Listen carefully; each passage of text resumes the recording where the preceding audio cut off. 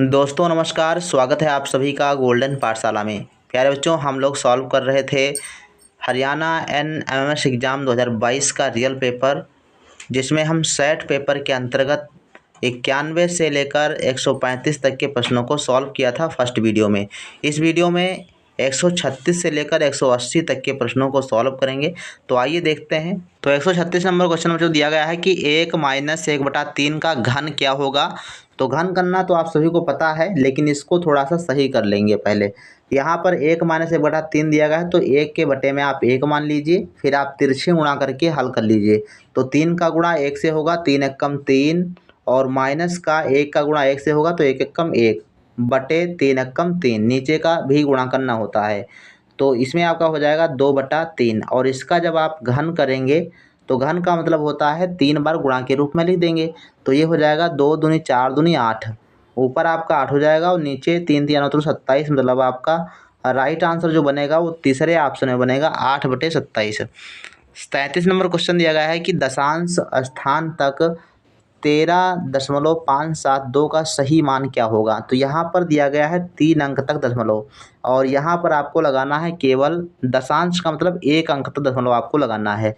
तो शेष आपका 7 और 2 को हटाना पड़ेगा। तो 7 और 2 को हटाएंगे तो 5 जो आपका दिखा गया है दशमलव के बाद में 5 7 2 दिया गया है, तो 5 7 को यानी 7 और 2 को हटाएंगे। तो 7 और 2 को हटाने के लिए पहले 5 को 1 अंक बढ़ाना पड़ेगा, तो 0.6 यहाँ पर करना होगा। तो 13.6 आपका चौथा ऑप्शन सही जवाब हो जाएगा। अगर ये 7 की जगह पर 1 से लेकर 4 तक अंक होते तो हम नहीं बढ़ाते, इसको आप ध्यान रखिएगा। अगर 5 या 5 से ऊपर है तो आपको इधर पहले वाले अंक में 1 अंक बढ़ाना पड़ेगा, ठीक। तो इसको आप ध्यान रखेंगे। 38 नंबर क्वेश्चन है कि XYZ के गुणक हैं। तो गुणक क्या होते हैं। तो इसमें आपका फर्स्ट सेकेंड थर्ड ये तीनों आपके क्या हैं, गुणक दिए गए हैं। तो चौथा ऑप्शन आपका सही हो जाएगा, उपरोक्त सभी। प्रबलता कंपन के किस मान से निर्धारित की जाती है। तो इसमें आपका आयाम हो जाएगा, मतलब फर्स्ट ऑप्शन आपका सही जवाब हो जाएगा। प्रबलता कंपन के आयाम से निर्धारित होती है। 140 नंबर क्वेश्चन दिया गया है कि एक नियमित बहुभुज में सबसे छोटा संभावित आंतरिक कोण हो सकता है। तो सबसे कम भुजाओं वाला बहुभुज बन सकता है, वो बन सकता है आपका त्रिभुज। और त्रिभुज में अगर समबाहु त्रिभुज हो तो सबसे छोटा कोण बनता है बच्चों 60 अंश का। कितना बनता है, 60 अंश का। तो वही कोण आपका सबसे छोटा हो सकता है। इसके अलावा कोई भी आप बहुभुज ले लीजिए, सबसे छोटा अंक आपका 60 से छोटा नहीं बन सकता, ठीक। तो फिर सेकेंड ऑप्शन आपका सही जवाब हो सकता है। इसके बाद देखो नेक्स्ट क्वेश्चन है 141 नंबर। टेडपोल को वयस्क मेढक में विकसित करने के लिए आवश्यक थायरॉक्सिन के उत्पादन के लिए पानी में किसकी उपस्थिति की आवश्यकता होती है। तो पानी में आयोडीन की उपस्थिति अनिवार्य होती है। इसमें आपका सेकेंड ऑप्शन सही जवाब हो जाएगा। 142 नंबर क्वेश्चन है, उस वृत्त को क्या कहेंगे जो बहुभुज के सभी बाह्य किनारों को जोड़ता है। तो ये बच्चों होता है परिवृत्त। इसमें फोर्थ ऑप्शन आपका सही जवाब हो जाएगा। 143 नंबर क्वेश्चन है कि 100 डिग्री, यहाँ पर डिग्री नहीं पढ़ेंगे, 100 की घात 0 पढ़ेंगे, और प्लस 20 की घात 0 प्लस 5 की घात 0 का मान क्या है। तो 100 की घात 0 का मान 1 हो जाएगा, प्लस 20 की घात 0 का मान 1 हो जाएगा, और 5 की घात 0 का मान 1 हो जाएगा। तो तीनों जुड़ करके कितना आ जाएगा, 3 आपका आ जाएगा। फोर्थ ऑप्शन इसमें सही जवाब हो जाएगा। तो इसको आप ध्यान रखेंगे, किसी भी संख्या का घात अगर 0 है तो उसका मान 1 होता है। 7 किलोग्राम आलू की कीमत 42 रुपये है, तो 96 रुपये में कितने किलोग्राम आलू आएंगे। तो 7 किलोग्राम आलू की कीमत 42 रुपये है, तो 1 किलोग्राम आलू की कीमत कितनी हो जाएगी, 42 और बटे में 7। तो 7 छंग 42 यानी 6 रुपये का 1 किलो आलू आता है। 6 रुपये का 1 किलो आलू आता है। तो 96 को आप 6 से भाग कर दीजिएगा, तो 6 से भाग करेंगे तो 16 छक्का 96। तो राइट आंसर आपका हो जाएगा चौथा ऑप्शन, 16 केजी आलू आएंगे।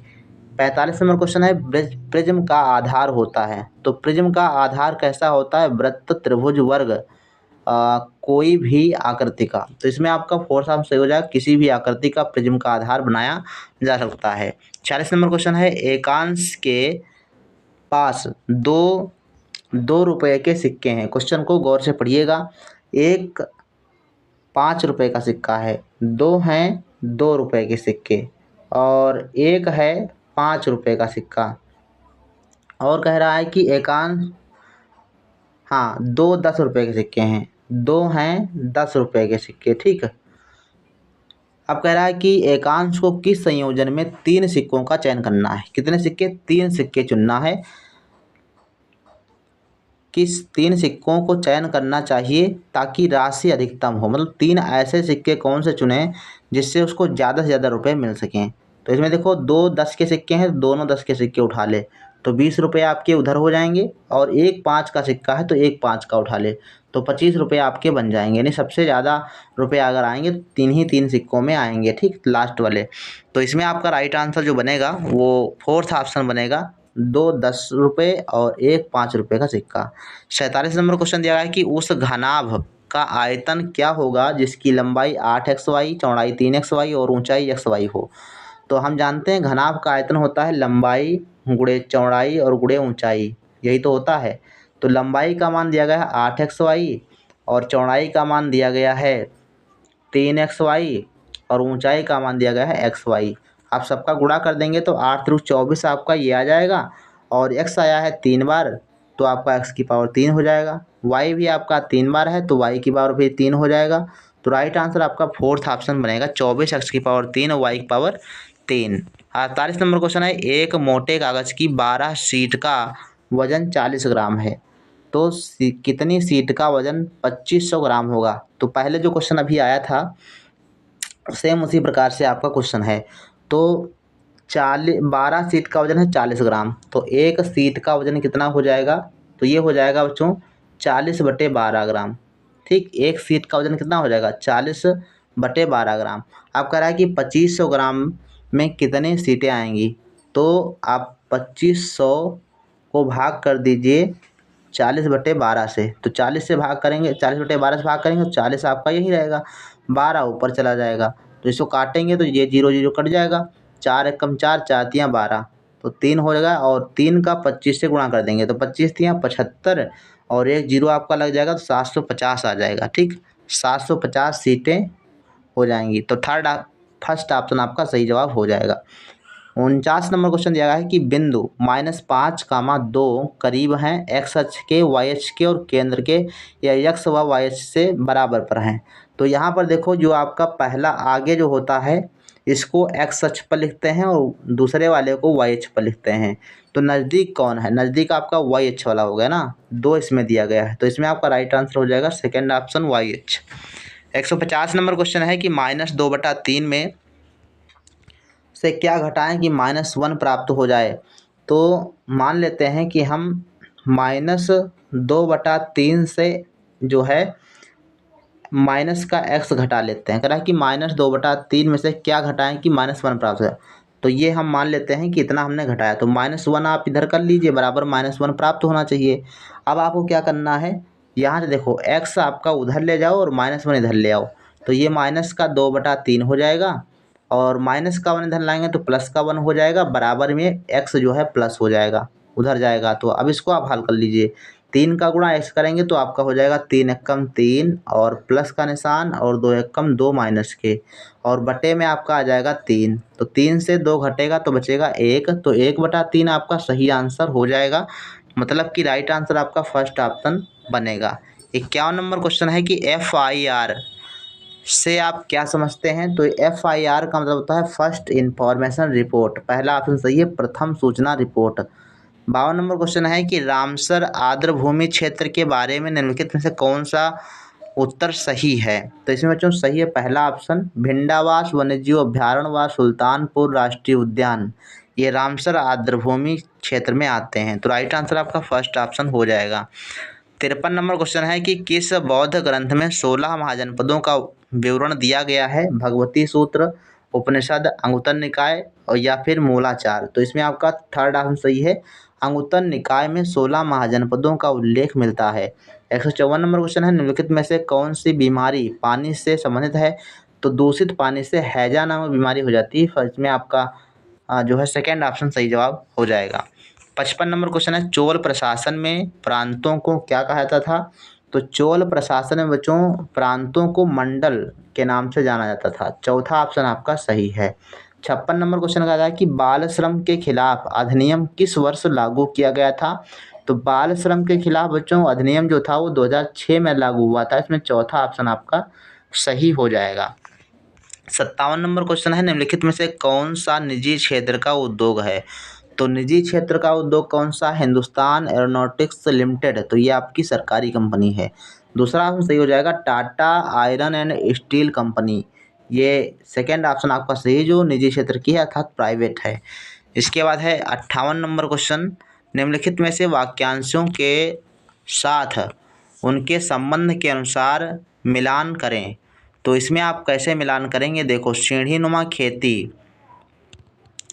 तो सीढ़ीनुमा खेती जो है किसके लिए उत्तरदायी होती है, तो सतह से अपवाह को कम करना इसके लिए, तो एक का दूसरा आपका हो जाएगा। अंतर फसल मिट्टी के अपशिष्ट पदार्थों से बचाओ, तो बी का पहला हो जाएगा। और समोच्च जुताई, तो ये आपका हो जाएगा बच्चों मिट्टी की नमी को बनाए रखना, समोच्च जुताई हो जाता है। और रक्षा पेटिका, तो इसमें आपका बच्चों हो जाता है हवा की गति को रोकना, ये रक्षा हो जाएगी। पतवार, तो ई को जो है पतवार में है ई का तीसरा, ठीक, तो इसमें आपका जल को नीचे बहने से बचाना पतवार। और राख बांध, ये नालियों को रोकना, तो आपका चौथे में चला जाएगा। तो इस प्रकार से मिलान करेंगे तो आपका बच्चों बनेगा सेकेंड ऑप्शन, ये सेकेंड ऑप्शन इसमें सही जवाब हो जाएगा। ठीक, नेक्स्ट क्वेश्चन देखो 59 नंबर क्वेश्चन है भारतीय संविधान कब लागू हुआ था। तो इसमें आपका सही आंसर बच्चों 26 जनवरी 1950, ये सभी को पता होगा। और रैयतवाड़ी व्यवस्था में रैयत शब्द का कहा जाता था, तो रैयत किसको कहा जाता था, ये किसानों को कहते थे। ठीक, 60 नंबर का पहला ऑप्शन सही है, रैयतवाड़ी व्यवस्था में रैयत जो है किसानों को कहा जाता था। 61 नंबर क्वेश्चन है निम्नलिखित में से पशु पक्षियों का उनके अभ्यारण्य के साथ सही मिलान क्या होगा। तो हम सभी जानते हैं कि जो हाथी होते हैं ये पेरियार वन्यजीव अभ्यारण्य में सुरक्षित हैं। चीता जो हैं ये दुधवा नेशनल पार्क उत्तर प्रदेश में संरक्षित किए गए हैं। और शेर जो है गिर राष्ट्रीय उद्यान में है। और जो एक सींग वाला गैंडा ही असम के काजीरंगा राष्ट्रीय उद्यान में संरक्षित है। तो इस प्रकार से आप मिलान करेंगे तो पहले का दूसरा है आपका तीसरे वाले ऑप्शन में। और फिर आप देख लीजिए बी का तीसरा सही मिल गया, सी का चौथा और डी का पहला। तो राइट आंसर आपका थर्ड ऑप्शन में हो जाएगा। 62 नंबर क्वेश्चन है भारतीय संविधान का कौन सा अनुच्छेद अस्पृश्यता यानी अछूआछूत को समाप्त करने से संबंधित है। तो ये बच्चों है अनुच्छेद 17, बहुत बार पूछा जाने वाला क्वेश्चन है। 63 नंबर क्वेश्चन है वह कौन सी प्रक्रिया है जिसमें सतह के पास पड़े खनिजों को खोदा जाता है। तो यानी जमीन से खनिजों को खोदकर निकालने की प्रक्रिया या उत्खनन कहलाती है। थर्ड ऑप्शन आपका सही है। 164 नंबर है टॉपोग्राफी का अर्थ क्या है, किसी भूमि के क्षेत्र की प्राकृतिक विशेषताएं, नदियां, पर्वत आदि की स्थिति स्थलाकृति, ये आपकी टॉपोग्राफी कहलाती है। पहला ऑप्शन है इसका सही है, इसको आप ध्यान रखिएगा। 65 नंबर क्वेश्चन है कौन सी अमेरिकन कंपनी भोपाल गैस त्रासदी के लिए उत्तरदायी है। तो ये यूनियन कार्बाइड है, इसको आप ध्यान रखेंगे, यूनियन कार्बाइड। 66 नंबर क्वेश्चन है राज्यसभा का सभापति कौन होता है। तो राज्यसभा का सभापति बच्चों भारत का उपराष्ट्रपति होता है। इसमें थर्ड ऑप्शन आपका सही जवाब हो जाएगा। 67 नंबर क्वेश्चन कहता है कि भारत में कानून के शासन की शुरुआत किसने की थी। तो भारत में कानून के शासन की शुरुआत की थी बच्चों ब्रिटिश उपनिवेशियों ने। ठीक, थर्ड ऑप्शन आपका सही है। 68 नंबर क्वेश्चन है इंडस शब्द का भारत की किस नदी के लिए प्रयुक्त किया गया है। तो ये है बच्चों सिंधु नदी। इंडस जब यूनानी भारत में सबसे पहली बार आए तो उन्होंने सिंधु नदी के किनारे वाले क्षेत्रों को इंडस कहा। ठीक, उसी से आपका जो है इंडिया नाम पड़ा, सिंधु सभ्यता से इसको लिया गया है। 68 का थर्ड ऑप्शन आपका सही है। 69 नंबर क्वेश्चन है निचले इलाके किसके प्रति अत्यधिक संवेदनशील होते हैं। तो ये बाढ़ के प्रति, जो जहाँ पर निचला इलाका होता है, जहाँ पर जो है थोड़ा बहुत नीचा इलाका होता है और बाढ़ वो जल्दी आ जाती है। ठीक, तो राइट आंसर आपका सेकंड ऑप्शन हो जाएगा। 70 नंबर है सिख धर्म में बाल गुरु किसे कहा जाता है। तो ये थे बच्चों गुरु हरिकिशन। ठीक, सेकेंड ऑप्शन आपका सही है। 71 नंबर क्वेश्चन बच्चों दिया गया है, भारत में सर्वोच्च न्यायालय के न्यायाधीश कितनी आयु पर सेवानिवृत्त होते हैं? तो सर्वोच्च न्यायालय के जो न्यायाधीश होते हैं वो 65 साल की उम्र में सेवानिवृत्त होते हैं। इसके अलावा अगर पूछे उच्च न्यायालय के, तो उच्च न्यायालय के जो न्यायाधीश होते हैं वो 62 साल की उम्र में सेवानिवृत्त हो जाते हैं। 72 नंबर क्वेश्चन है, निम्नलिखित में से किस धातु से सिलिकॉन प्राप्त होती है? तो सिलिकॉन बच्चों प्राप्त होती है बिल्लौर पत्थर से। चौथा ऑप्शन आपका सही है। 73 नंबर क्वेश्चन दिया गया कि सूची फर्स्ट को सूची सेकंड से मिलाइए। तो इसमें भी आपको मिलान करना है और कूट के हिसाब से अपने आंसर को बताना है। तो भूमि का उपयोग, तो भूमि उपयोग का मतलब हुआ भूमि का उचित उत्पादक उपयोग। तो इसमें आपका पहले का तीसरा हो जाएगा, पहले में तीसरा। तो पहले में तीसरा आपका देखो सेकंड ऑप्शन में ही बन रहा है और कहीं पर नहीं बन रहा है, तो सिंपल सी बात है ये दूसरा ऑप्शन आपका बन जाएगा। लेकिन आप इसको समझ लीजिए, धारण मिट्टी तो बी का चौथा हो जाएगा, बी का चौथा, यानी धरण या खड़ी मिट्टी का मतलब है कार्बनिक पदार्थों का जमाव। राख बांध ये आपका सी का पहला, तो राख बांध का मतलब है मिट्टी के कटाव को रोकना। और कृषि भूमि ये आपका हो जाएगा कृषि उपयुक्त भूमि। तो राइट आंसर आपका हो जाएगा बच्चों सेकेंड ऑप्शन। 74 नंबर क्वेश्चन का था राखी गढ़ी हरियाणा में किस जिले में स्थित है? तो राखी गढ़ी जो बच्चों है ये आपका स्थित है हिसार में। सेकेंड ऑप्शन सही है। 75 नंबर क्वेश्चन है, निम्न किसी वस्तु पर लगने वाला घर्षण बल वस्तु की आकृति में परिवर्तन ला सकता है? बिल्कुल सही है। गतिशील वस्तु के वेग में परिवर्तन ला सकता है? ये भी आपका सही है। तो राइट आंसर आपका हो जाएगा चौथा ऑप्शन। 1 व 2 दोनों सत्य हैं, तो आपको कौन सा ऑप्शन फिल करना है? चौथा ऑप्शन भरना है। 76 नंबर है, प्राचीन काल में शिक्षा प्राप्ति से पहले किया जाने वाला संस्कार कौन सा था? तो ये बच्चों उपनयन संस्कार होता था, यानी बच्चे का मूड़ मुड़वा के जो है मुंडन करके उसको गुरु के सामने पेश किया जाता था और गुरु उसके बारे में कुछ पूछता था, उसके बाद वो संस्कार किया जाता था। तो इसमें आपका फर्स्ट ऑप्शन सही जवाब हो जाएगा, उपनयन संस्कार। 77 नंबर क्वेश्चन है, निम्नलिखित में से कौन सा उद्योग द्वितीयक गतिविधि है? तो द्वितीयक गतिविधि का मतलब है जो प्राथमिक क्षेत्र से संबंधित ना हो।